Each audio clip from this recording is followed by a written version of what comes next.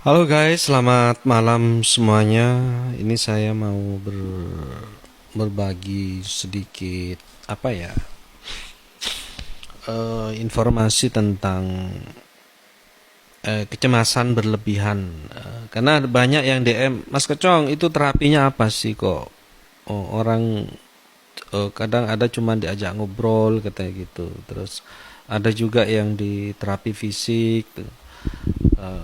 Itu memang gabungan dari terapi psikis dan terapi fisik ya. Terus ada jamunya juga bagi yang cemas-cemas tinggi.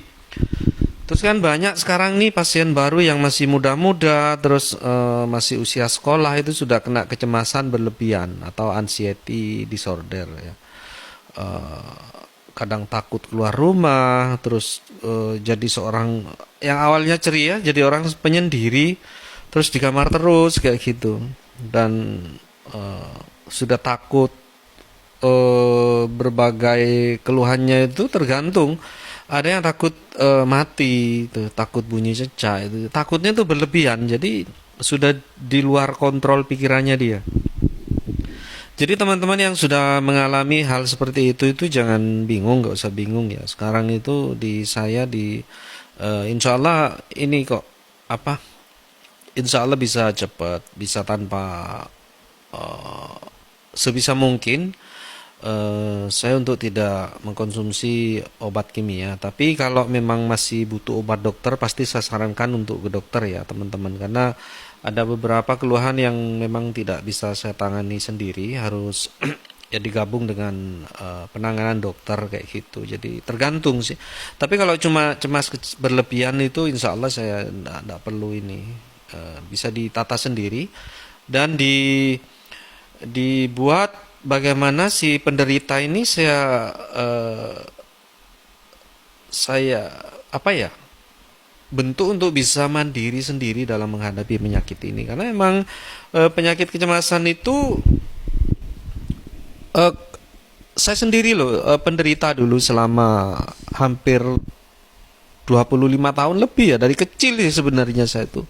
Karena psikologi saya itu tidak seperti yang teman-teman yang lain gitu loh. Terus katanya sih gini, ada yang bilang saya itu indigo, cuman saya itu nggak, sekarang nggak mau fokus di situ, ya biarin aja gitu lah. Soalnya susah sembuh katanya. Karena saya sudah diruqyah berkali-kali. Terus dulu saya sempat stresnya dari situ gitu loh, karena tidak sama dengan teman-teman sebaya saya. Mereka itu asik bermain gini-gini, terus ke tempat eh, apa ya, kayak tempat-tempat yang agak angker itu mereka ya baik-baik saja. Tapi kalau saya sendiri itu berefek gitu. Kadang malam itu nggak bisa tidur, terus pulang tuh kadang sakitnya itu ya ke dokter itu tidak sembuh, karena memang penyakitnya ya ada gangguan dari hal-hal yang kayak gitu gitu loh ya. Indigo kan seperti itu, pasti paham lah teman-teman. Tapi sekarang saya tidak mau mempermasalahkan itu ya. Ya sudahlah, saya terima. Cuman saya tidak mau stres kayak gitu kan. Tahu sendiri kan orang indigo itu kayak apa. Cuman saya itu tidak mau stres sekarang itu. Nah, mau saya begini begitu kan, indigo kan pasti ada lah, ada firasat atau apalah untuk besok itu seperti apa, pasti ada gitu. Cuman aku yang saya pegang itu omongan dari yang disampaikan oleh teman saya, seorang ya ngerti lah tentang agama gitu kan. Mas Kecong, saya sering curhat sama dia.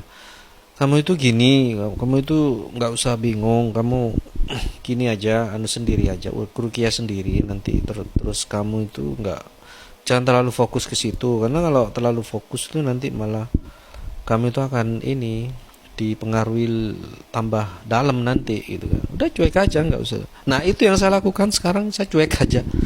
Nah, saya tuh cemasnya sampai ke panic attack, sampai berhalusinasi juga, karena memang saya pernah sampai tipes dan kena ke saraf juga kata dokter itu. Karena saya sudah melihat apa ya, kayak biji jagung kecil itu kayak udah gede kayak rumah itu, terus menggelinding kayak mau, halusinasinya seperti itu, kayak mau menimpa saya, dan itu saya teriak-teriak gitu kan. Nah orang rumah kan bingung, kenapa kok saya kayak gini gitu kan, udah dibawa kemana-mana. Dan itu sebenarnya halusinasi dari tipes saya yang agak parah, karena demamnya tinggi gitu kan. Terus Dulu kan pengobatannya nggak seperti sekarang gitu. Cuma yang orang tua saya kan nggak mampu, nggak punya itu. Jadi untuk dibawa ke dokter itu ya agak ini ya, memang nggak punya biaya ibu. Cuma dicekoki obat penurun panas itu yang dari warung itu. Tapi kan nggak boleh itu sebenarnya, nggak boleh sembarangan. Itu sampai segitu saya. Nah untuk cemasnya itu saya eh parahnya itu kan 2014 ya, sampai saya lumpuh, sampai jalan itu harus dipapah karena memang berdiri aja udah nggak bisa, saya jalan sendiri aja udah nggak bisa, langsung kayak mau pingsan, tapi nggak sampai pingsan, cuma langsung kayak panik attack gitu kan, lebih ke panik attack saya. Jadi keluar masuk IGD kadang seminggu 3 kali, itu masuk ICU sekali. Terus gak puas di sini, saya berobatnya di Surabaya, dan di Surabaya itu dipakai echokardiografi karena keluhan saya di jantung dulu. Tapi alhamdulillah jantung saya sudah bagus. Dulu itu sempat mengalami yang namanya sedikit bocor karena klipnya bermasalah. Karena dulu saya tuh, pecandu ini apa? Minuman energy drink, kalau minum itu pakai susu terus dikasih es batu saat main badminton itu, dan itu saat main badminton ternyata ada kayak pecah di situs kayak gitu. Terus saya kayak melayang gitu kan, dan kata dokter itu saya bermasalah di jantung dulu. Dan alhamdulillah sekarang di echokardiografi itu sudah bagus, klipnya sudah bagus, terus gak ada masalah, kelistrikannya juga bagus. Aliran darahnya yang di jantung itu udah normal katanya gitu, nggak ini waktu di Surabaya itu udah. Tapi yang dikeluhkan saya itu di jantung, karena ternyata itu semua itu karena memang dari psikis ya, dari sugesti saya, dari panik attack saya itu ya mikirnya ke jantung, jadi udah takutnya berlebihan gitu. Terus Mas Kacang sembuhnya kayak kayak gimana itu dulu itu. Nah, ini yang saya sembuh-sembuh sendiri, dan saya baru ingat kalau saya itu punya ramuan yang belum pernah saya pakai. Saya coba di situ hari itu, saya ingat hari Jumat kalau nggak salah. Itu pagi saya minum, terus pikiran saya stabilkan, pola pikir saya bagusin bahwa ini sebenarnya saya bisa sembuh sendiri kok, dengan berpola pikir yang bagus, terus minum ramuan ini, jamu PP yang lama dan yang baru itu saya gabung. Eh, Teman-teman resepnya ada di YouTube kalau mau ya. Terus saya minum, biasanya dari tempat kerja ke parkiran itu saya nggak kuat untuk jalan sendiri. Biasanya di tengah-tengah itu sudah mau pingsan saya, terus digotong sama satpam itu. Panik attack saya. Dan sekarang, bukan sekarang sih, waktu itu saya bisa jalan loh, kok enak, saya seharian kok enak gitu loh. Pikiran saya enak gitu kan. Oh, ternyata baru sepaham bahwa cemas itu psikosomatik itu harus kita sendiri yang mengatasinya gitu loh. Makanya kita itu dituntun untuk mandiri bagi yang sampai panik attack itu. Makanya di situ teman-teman itu, pasien-pasien saya yang cemas-cemas itu saya usahakan untuk bisa mandiri. Saya jelaskan sejelas mungkin di sini yang bisa diserap, yang gampang diserap. Namanya juga ini kan, orang sakit itu nggak boleh terlalu ditekan gitu kan.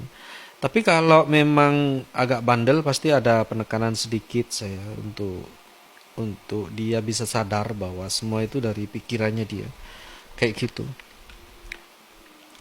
Terus waktu itu saya sembuh tahun 2018 awal, ya sembuhnya gak total, cuma ya adalah panik attack kadang nyerang, tapi lama kelamaan saya bisa ngatasi sendiri, karena serangan panik itu, cemas itu berlangsung 10 sampai 20 menit. Kalau kita bisa ngatasi sendiri itu insya Allah bisa sembuh dengan sendirinya. Tapi kebanyakan bagi yang masih belum paham itu susah untuk sembuh gitu loh, untuk ngatasi sendiri, malah ketakutannya yang berlebihan itu yang banyak itu, sampai telepon saya, Pak Kacong ini lagi sesak nafas gitu kan.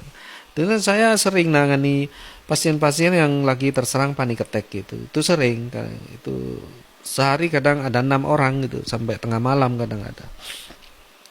Dan alhamdulillah saya bisa sembuh sendiri, dan itu saya aplikasikan ke teman-teman juga semua yang pasien-pasien saya di sini, bahwa cemas itu bisa diatasi dengan sendiri, tidak perlu bingung lagi kan. Jamu PP yang penting juga, 5 step penenangan pikiran yang paling penting. Saya jelaskan nanti di part 2 ya.